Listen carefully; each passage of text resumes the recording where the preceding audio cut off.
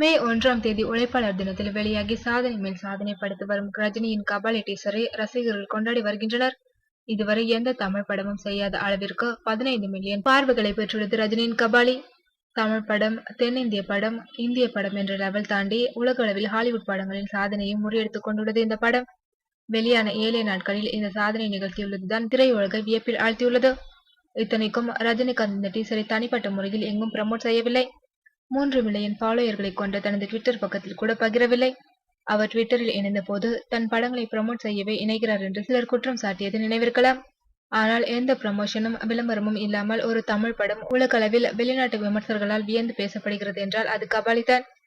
உலக அளவில் அதிக விருப்பங்கள் பெற்ற 3வது படமாக ஒரு பிராந்திய மொழி படத்தின் டீசர் திகழ்கிறது என்றால் அது தமிழ் படமான கபாலியின் டீசர் தான்.